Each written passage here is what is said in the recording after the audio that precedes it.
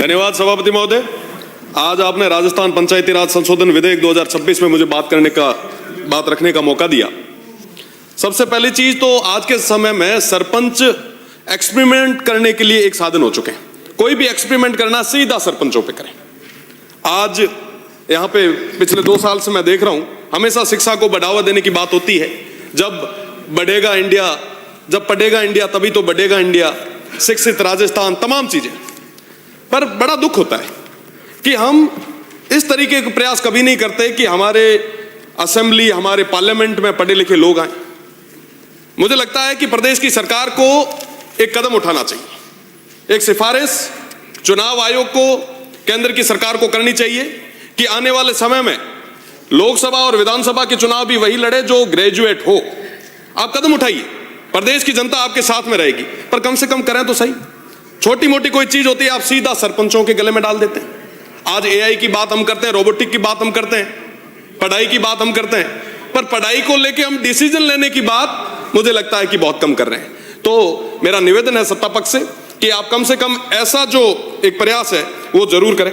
साथ ही साथ एक चीज, आप बिल ले आए, बढ़िया किया, अच्छा काम किया, पर एक महत्वपूर्ण चीज जो आपने छोड़ी है, लंबे समय से जिसकी मांग चल रही है, ईडब्ल्यूएस को इसमें जगह देने की, उसको लेके कभी कोई चर्चा नहीं हुई। इस बार 2023 के चुनाव में सत्ता पक्ष को 41% वोट मिले और विपक्ष को 39%। 2% वोट, ये जो मार्जिनल वोट है जिन्होंने इस तरफ बिठाया है, ये कौन लोग हैं? ये वो आर्थिक रूप से कमजोर, चाहे राजपुरोहित समाज हो, चाहे आर्थिक रूप से कमजोर ब्राह्मण समाज हो, चाहे जैन समाज हो, चाहे राजपूत समाज हो, चाहे कायस्थ समाज हो, ये तमाम लोग लगातार प्रयास कर रहे हैं कि साहब ईडब्ल्यूएस को पंचायती राज में व्यवस्था दी जाए ताकि पंक्ति में जो अंतिम व्यक्ति है उसको भी जगह मिले।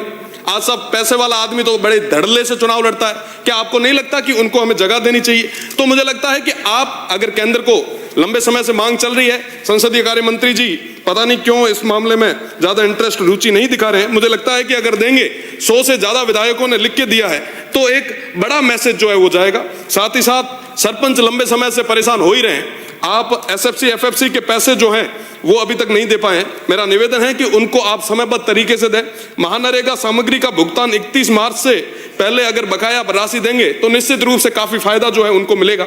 साथ ही साथ एक बड़ी समस्या, प्रधानमंत्री आवास ग्रामीण और शहरी की जो बकाया किस्तें हैं उनको लेके भी लंबे समय से तमाम जो हमारे सरपंच वगैरह है वो परेशान हो रहे हैं। इस बारे में भी आपको सोचना चाहिए। ग्राम सभाओं को आप लोगों ने कमजोर कर दिया। आज के समय में तमाम जो लोग हैं, जो मल्टीनेशनल कंपनीज है या कोई भी छोटा मोटा कोई होता है, तो एनओसी तक ग्राम सभा से नहीं ली जाती है, ग्राम पंचायतों से नहीं ली जाती। तो उसके बारे में सोचने की जरूरत है। साथ ही साथ विगत 17 सालों में अल्प मानदेय पर कार्यरत पीड़ित और शोषित नरेगा संविदा कर्मचारियों, विद्यालय सहायक, पंचायत शिक्षकों को स्थायीकरण पर कर चुनावी संकल्प में जो आपने एक जो वादा किया था, मुझे लगता है कि उनको अगर आप नियमित करेंगे तो उसका बड़ा फायदा होगा।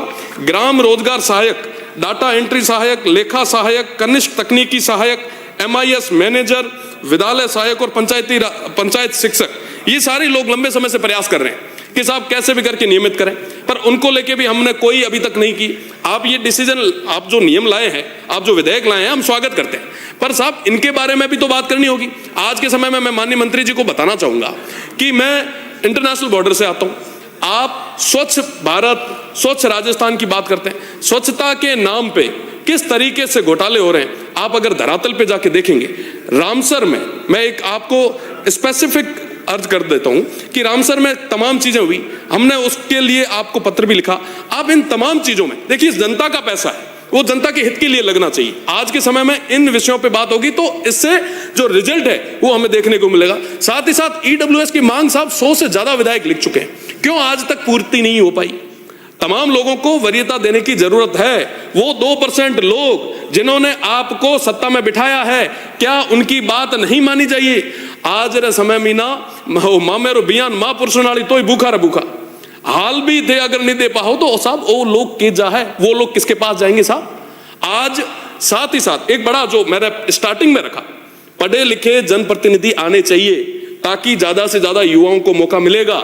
आप एक विधेयक पास करें, आप एक रिकमेंडेशन भेजें, केंद्र की सरकार को भेजें, चुनाव आयोग को भेजें कि कम से कम ग्रेजुएट लोग जो है वो यहां तक आए। मैं माननीय सभापति जी को भी बधाई देना चाहूंगा कि उन्होंने भी अभी 12वीं पास की है और वर्तमान में आप जो ग्रेजुएशन के लिए जो मेहनत कर रहे हैं, मैं आपको उसके लिए खूब खूब बधाई देता हूं।